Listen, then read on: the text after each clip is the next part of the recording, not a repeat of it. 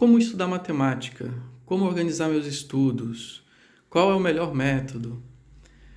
Essas são algumas perguntas que eu tenho recebido com frequência nos meus vídeos e, apesar dos meus esforços, eu não vou conseguir responder todo mundo individualmente, então pensei, vou fazer um vídeo aqui dando um panorama geral, né, do que eu acho que é importante, dar alguns conselhos.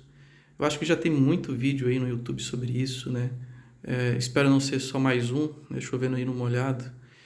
Mas, bem, como vocês estão perguntando muito sobre como eu estudo, né, como me iniciar na matemática da forma certa, eu quero deixar aqui algumas dicas, 8 dicas, e vamos discutir cada uma dessas 8 aqui, e espero ajudar, tá? Então vamos começar aqui com a primeira, interpretação de texto. Parece óbvio, né? Mas tem muita gente que ainda sofre um pouco com interpretação de texto, né? Se você pega um livro difícil, lê e sente ali uma certa dificuldade de interpretar, então, antes mesmo de querer começar a estudar matemática, né, é importante você resolver isso aqui, né? A única forma que eu vejo para resolver isso aqui é lendo, né? Então, não necessariamente ler matemática, mas ler livros, né? Eu tive a sorte de ser criado numa religião, minha mãe me criou numa religião que eu não sigo mais, mas enfim, eu sou muito grato por isso, eu tinha sempre que ler, eram feitas perguntas para mim que eu tinha que responder. Então eu tinha que desenvolver a habilidade de ler, interpretar para responder essas perguntas. E eu fazia isso praticamente todos os dias, né? Então, por mais que eu tenha tido ali um ensino médio ruim, né, como a maioria dos brasileiros, eu tive o privilégio de estar num lugar que, apesar dos meus pais não valorizarem muito a leitura de livros, eles me forçaram a ler os livros da religião, né? E isso me ajudou a desenvolver o hábito de leitura. E por que isso é importante, né? Porque quando você vai ler matemática, na matemática também é literatura, né? Você vai ter que ler aquilo ali, abstrair as ideias, interpretar, resumir, né? Então, se você ainda não cultivou o hábito de leitura, eu sugiro que comece a fazer isso, tá? Se você for olhar aqui a minha biblioteca, a maioria dos livros que eu tenho não são livros de exatas, são romances, né? Eu tenho aqui toda a coleção da Comédia Humana, eu tenho essa outra coleção dos clássicos contemporâneos, são todos romances, né? Alguns deles até têm personagens onde os personagens são matemáticos, mas enfim, tem dos mais simples, né, aos mais com a literatura mais complicada. Então você pode começar lendo um Harry Potter ou uma literatura infantil mesmo e aos pouquinhos subindo para uma literatura que vai exigir mais da sua interpretação de texto, tá? Então, tá aí, a primeira dica. Leia muito, saiba interpretar texto, saiba fazer resumos.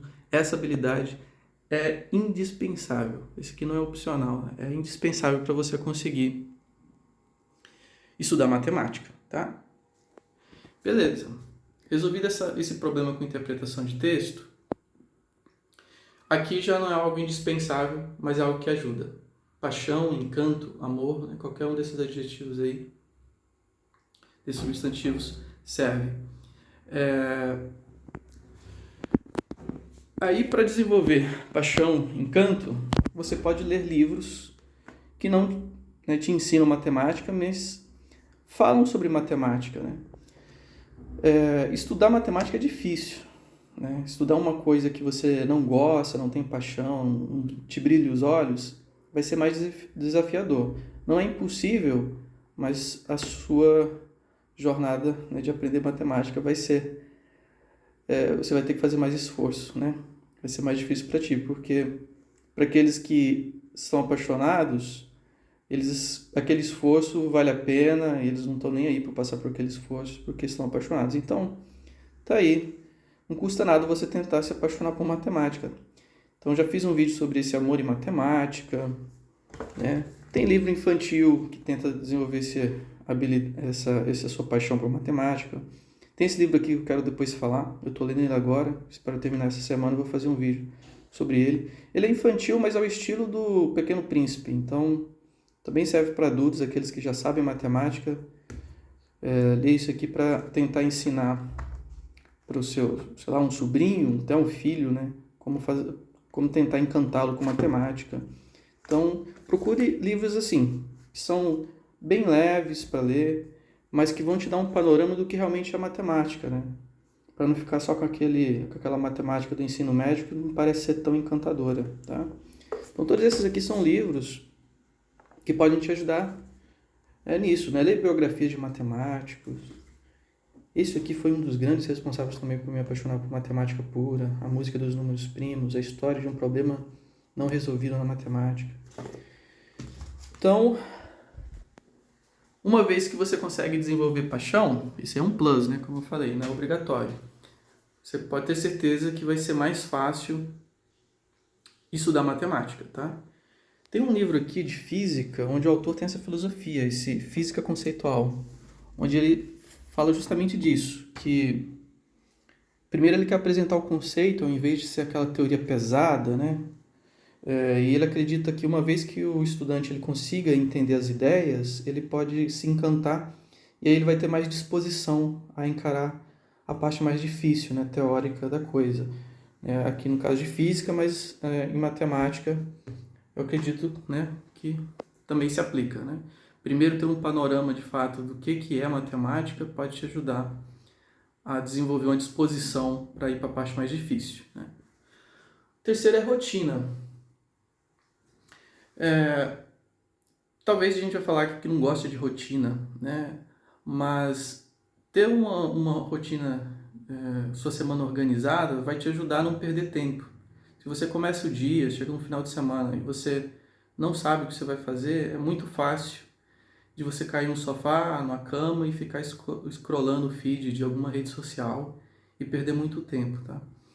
E fora que o seu corpo lida bem com rotina. Se você tem um horário para dormir, um horário para acordar, isso vai ajudar o seu corpo a ficar bem, né? Você precisa de estar descansado, e você não precisa perder muito tempo em querer ficar pensando o que você vai fazer durante o dia. Então, eu, por exemplo, tenho uma rotina simples. Tem gente que tem rotina mais complexa, né? Porque está em universidade, tem trabalho, tem vida pessoal, tem um monte de interesse em outros hobbies, e ele tem que ter uma agendinha. Eu tenho uma vida um pouco mais pacata, então minha rotina, ela é bem tranquila, eu já sei o que eu vou fazer durante toda a semana e final de semana. Só tem algumas exceções, que vai ter visita de parentes, eu vou fazer alguma viagem, mas no mais, o resto do meu ano é praticamente a mesma coisa. Café da manhã, eu e minha esposa nem tem que pensar em café da manhã, a gente sabe o que a gente faz todo dia de manhã, no café da manhã. E essa rotina, e quando eu estudava na universidade, eu não tinha rotina. Eu ficava até tarde em festas, e, enfim, bebia. No outro dia estava ruim, não conseguia chegar na aula. Era uma bagunça a minha rotina e aquilo ali pesava no meu corpo. E era difícil às vezes estudar, né? Eu não conseguia render, justamente por ter uma rotina extremamente bagunçada. Não tinha hora de comer, não tinha hora de dormir, não tinha hora de acordar. Isso é muito prejudicial, tá? Então esforce-se, tem muito vídeo por aí te ajudando a como organizar a sua rotina, né? E quando eu falo rotina, né, você não precisa necessariamente pensar em calcular e planejar nos mínimos detalhes. Por exemplo, tem gente que faz plano de estudos, vai cobrir um livro, né, de matemática. Eu quero terminar até tal mês, então quer dizer que eu tenho que fazer tantas páginas por dia. Eu não chego a planejar nesse nível, né? Eu gosto também de ter um certo, né, bagunça, entre aspas. Então eu tenho minha rotina, eu sei que, né, os horários que eu devo estudar. Como eu falei, eu gosto de estudar nas primeiras horas da manhã, que é quando o meu cérebro está descansado. Final de semana também, eu gosto de estudar tanto a parte da manhã como na parte da tarde. Agora, o que eu vou estudar vai depender da vibe. Eu gosto de estudar várias coisas ao mesmo tempo para não cair na rotina, né? Aí parece contraditório, né? Mas é por isso que eu gosto de reservar esse pouco de improviso e ser um pouco desorganizado sobre o que eu vou estudar e estudar só o que eu tiver com vontade no momento. E aí eu estudo várias coisas, como vocês viram, desde álgebra abstrata, cálculo, um livro de teoria dos números, álgebra linear. Aí tem dia que eu estou mais disposto a ler álgebra linear, o cálculo, e aí eu vou, né? Mas toda semana eu tento ter contato com cada um deles, né? Então isso quebra um pouco aquele sentimento de rotina que pode ser chato, mas a rotina de horários de estudos eu tenho, tá? Então pense um pouco sobre isso, sobre rotina, é muito importante. Ambiente de estudos, tá? Bem, hoje eu tenho um privilégio de ter um super ambiente de estudos, né? Como eu valorizo muito estudar, eu investi bastante em ter esse cantinho que é fundamental na hora de estudar, né? Se você está num ambiente barulhento, onde as pessoas estão te interrompendo a todo momento, né? Você não tem uma porta para fechar, né? E ficar aqui, né? No seu mundo, concentrado, vai ser desafiador. Então, se você na sua casa, o ambiente é caótico, você não consegue ter um seu quarto ali onde você consiga montar esse seu escritório, sua biblioteca, seu ambiente de estudo pessoal, vá a uma biblioteca. Geralmente, bibliotecas têm um espaço para estudo, né, onde eles vão zelar ali pelo silêncio. Ah, não tenho acesso à biblioteca, não tenho como montar meu ambiente de estudo em casa. Não sei o que você pode fazer, mas com certeza você vai ter que tentar arrumar algum jeito, improvisar. Vai ser mais desafiador, com certeza, mas é importante você ter um espaço de estudos. Não vai estudar na cama, não vai estudar no sofá, porque é fácil de você cair na cama, né, deitar e parar em rede social, enfim. Você tem que estar no ambiente que vai te ancorar, né? Não, aqui, agora é estudos, né? Tem que ser um ambiente que o seu corpo, o seu cérebro já bate o olho assim, já vem aquele sentimento que eu estou no ambiente de estudos. Se você estiver em algum outro ambiente, na praia, na rede, você pode estar na rede, lendo um romance, mas não estudando matemática, né? Ou debaixo de uma árvore, ali vai ser um ambiente que vai aparecer um passarinho, um cachorro. Então, assim, para matemática tem que ser um ambiente que vai minimizar o máximo possível distrações. Então, invista em um ambiente de estudos. Ritual. Como assim? Eu costumo falar que eu tenho um contato com a matemática quase que religiosa, né? Eu aqui não estou querendo falar de ritual religioso, mas... E também não é indispensável, tá? Mas é interessante você já preparar o seu cérebro para fazer as preliminares antes do estudo, né? Então, o que eu digo pro ritual? Vai lá, você gosta de tomar café? Vai lá, faça seu café com calma, né? Acorde, tranquilo, sem pressa, vai lá, prepare seu café, tome seu café, reflita um pouquinho, olhando pela janela, vai se desligando, né, das coisas e já se preparando ali seu psicológico para começar os seus estudos, né? Vai ser uma jornada talvez ali de 1, 2, 3 horas. Então, para mim é interessante. O pessoal fala de ritual para tudo, né? Até para dormir. Antes de dormir, já começa a desligar os seus aparelhos ali, celular, por exemplo, né? Para não ter aquela luz nos seus olhos que pode te atrapalhar a entrar no estado de sono.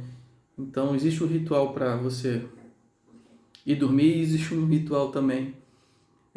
Pense em algum ritual que vai te preparar seu psicológico para as próximas horas de estudo, tá?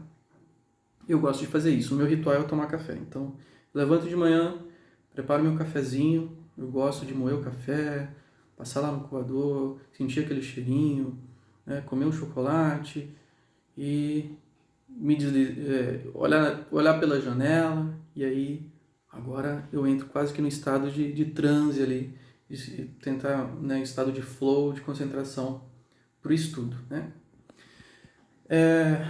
Sexta dica: viva a fase do como resolver, só depois vá para a fase do porquê funciona. no meu vídeo lá sobre técnicas de demonstrações, né, aprenda técnicas de demonstrações, eu mostrei esse livro aqui do Cummins, né, de provas, certo? E ele fala que existem 3 fases na vida, na sua jornada matemática. Tem a fase do como resolver, a fase do porquê funciona e a fase do, né, o que eu vou estudar agora, o que eu vou explorar, né? No caso seria a fase de você ser pesquisador e produzir conhecimento matemático. Tem gente que fala que você já tem que começar com a fase do porquê funciona. Alguns poucos tiveram o privilégio de começar nisso, mas a gente vive num sistema onde a escola, a faculdade é quase que uma linha de produção, né? Já querem preparar você rapidamente para entrar no mercado de trabalho, então tem o tempo do semestre, tem a correria né, das provas, várias listas de exercício, muita coisa acontecendo ao mesmo tempo, e às vezes você não vai ter o tempo de ver o porquê de tudo, porquê que funciona, né? E é interessante você ser flexível, né? Não precisa ficar muito rígido, eu tenho que entender tudo, eu tenho que entender por que funciona. Resolva o seu como, né? Como eu resolvo essa equação, né? Para eu conseguir passar na prova, para eu conseguir já ter ali uma familiaridade de como operar, né, com matemática, e uma vez que você está confortável com isso, você vai sentir a necessidade do porquê, né? E aí eu vou discutir um pouquinho mais, né, desse do porquê. Eu vou mostrar aqui, quando eu chegar faço anotações, aqui no 8º, né, a minha fase do como, tá? E a minha fase do porquê funciona. Então, assim, fase do como. Ainda tem mais algumas coisas para falar aqui.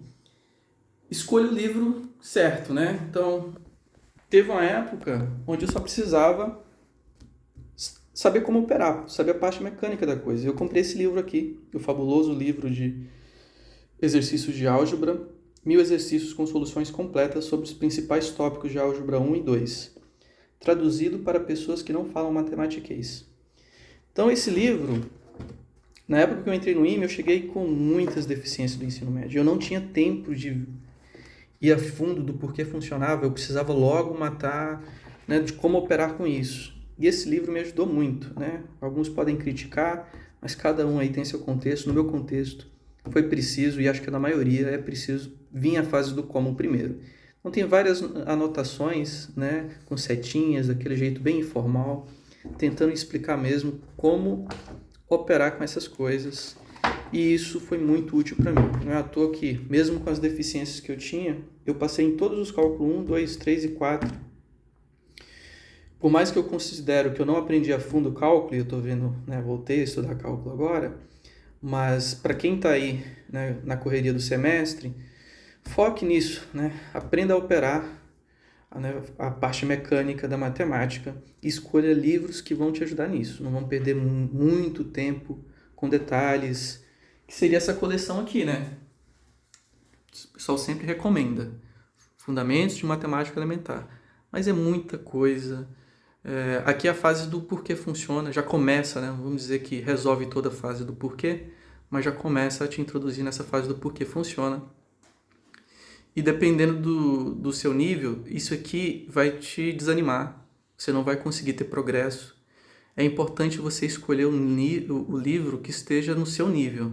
Se for o nível na fase mecânica, como eu falei, viva essa fase mecânica de como resolver as coisas, tá?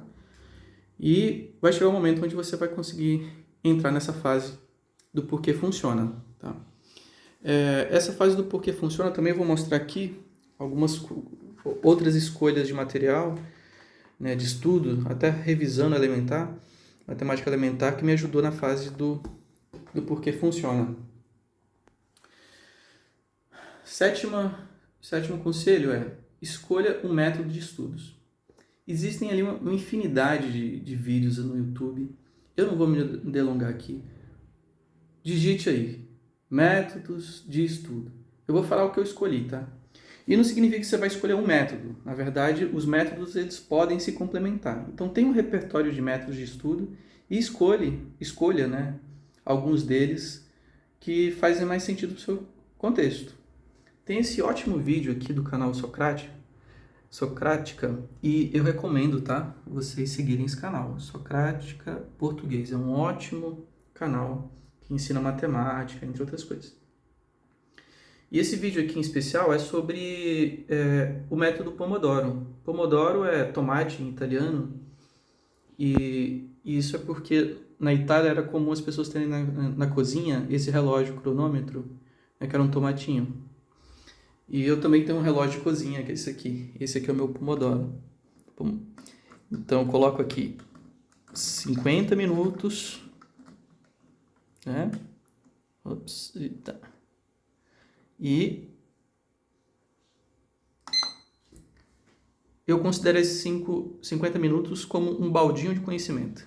Eu costumo falar assim com a minha esposa, que ela geralmente pergunta para mim: "E quantos baldinhos você fez hoje?" Durante a semana, cada dia eu tento encher 2 baldinhos desses 50 minutos de estudo. E no final de semana, dependendo ali do que vai rolar, eu consigo de 3 a 6 baldinhos, né? Por dia, né? No sábado, 6 horas no sábado. Aliás, 6 baldinhos no sábado, 6 baldinhos no domingo. Então esse é um método que eu escolhi. E é só isso mesmo. Só o método Pomodoro. E depois eu vou falar também sobre anotações. Eu não sei se eu posso chamar isso de método, tá? Acho que sim, né? Também sobre como fazer anotações é um método de você estudar. E eu vou falar disso. Agora sobre faça anotações e resumos. Tá? Então, quando você vai estudar matemática, você vai esquecer. Né? Isso aí é inevitável. Esses dias eu vi um vídeo do Matt Sorcer falando que quando ele estava estudando cálculo, que envolvia no corpo dos complexos, né? O professor passou lá na lousa uma série de identidades trigonométricas e o professor dele falou: há 2 tipos de pessoas que sabem essas identidades, aquelas que estão pegando aula agora de trigonometria e quem está dando aula, né?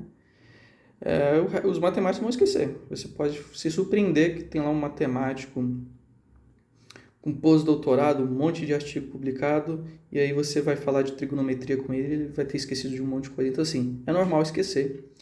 Mas é bom você, que uma vez estudou, você fez a anotação e um resumo, que no futuro, se você precisar, você volta só dá uma olhadinha nesse resumo, você não vai ter que perder um tempão lendo os livros, identificando ali o que é importante, tá? Então, aqui, por exemplo, com trigonometria, aqui eu ainda estou na fase do como, tá? Então, veja que eu faço essas perguntas com frequência. Como medir ângulos? E vou lá, faço meus desenhinhos. Eu não quero memorizar. Como é que eu faço para não ter que memorizar? Faço uma historinha bobinha, sem preocupar com demonstrações. Eu fiz aqui um enredo sobre pizza. E isso aqui me ajuda demais. Sempre que eu preciso deduzir o círculo trigonométrico, o ponto no círculo trigonométrico, eu consigo lembrar dessa história. Se eu tivesse que decorar, provavelmente eu não conseguiria deduzir. Então, vou olhar mais um pouquinho aqui para vocês terem noção. Converter radianos para graus.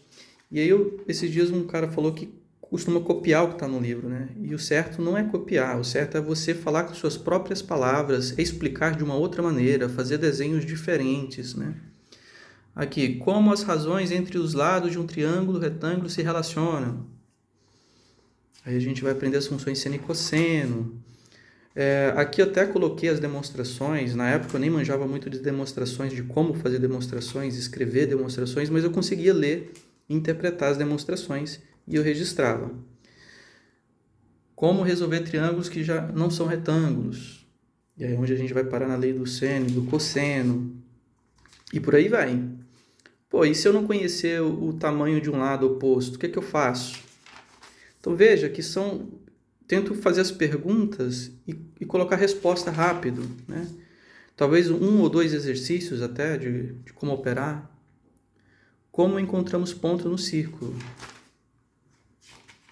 Faça seus desenhos, faça seus diagramas, anote, explique suas próprias palavras, né? Você vai gastar um tempo fazendo isso aqui, mas isso aqui, como você gastou um tempo escrevendo, rabiscando, é mais fácil você lembrar do que você vesse no vídeo e consumisse isso passivamente, olhando num livro, né, e nunca reproduzindo na mão, né? essas coisas. Ok? Aqui, por exemplo, eu vi um vídeo lá do Possani, achei super interessante. Eu anotei, fiz na mão o diagrama que ele mostrou lá e já coloquei aqui, porque um dia, se eu precisar, já vou ver também. Né? Certo? Por aí vai. Outros exemplos de anotação. O meu foco agora vai ser binômio de Newton. Vejo vários vídeos legais no YouTube, que os caras fizeram super gráficos sobre isso, a ler no livro, né? Diferentes livros, baixar material na internet. Né? Faço os meus desenhinhos, meus diagramas. Né? Então não é perder tempo, tá? Na verdade, você está economizando, salvando tempo no futuro, se você precisar rever essas coisas, ok? Então, na hora de você estudar um tópico, às vezes você fica interessado, sei lá, em estudar séries, vai lá, faça seu resumo de séries. Teve uma época que eu fiquei muito interessado em séries harmônicas, aí eu assisti tudo quanto é vídeo de séries harmônicas, li o que eu tenho aqui de livro, e aí fiz uma redaçãozinha aqui, explicando séries harmônicas, diferentes aplicações, né? E tá aqui. Lembro de tudo? Não lembro, mas se eu precisar, tá anotado. Né? Também nessa de entender o como, eu acabo assistindo vídeos, lendo livros sobre filosofia, faço também anotações sobre isso. Né? E essas anotações vieram, como eu falei, não é só de ler livros, né? De ver vídeos também, né? Aulas no YouTube. Esse aqui, por exemplo, foi uma aula que eu vi do Philip Acker, né? Que é um professor lá da Universidade Federal do RJ. Infinito. Então pra vocês terem noção, né? Faço muitas anotações. E quando eu leio um livro, eu faço um resumo para cada... Agora que é um hábito mais recente, mas antes eu não fazia, mas agora eu estou fazendo. Para cada capítulo de um livro que eu estou estudando, eu faço um resumo, né, do que é mais importante ali, explico com minhas próprias palavras. Tá aqui, ó, quando eu estudei, né, funções quadráticas.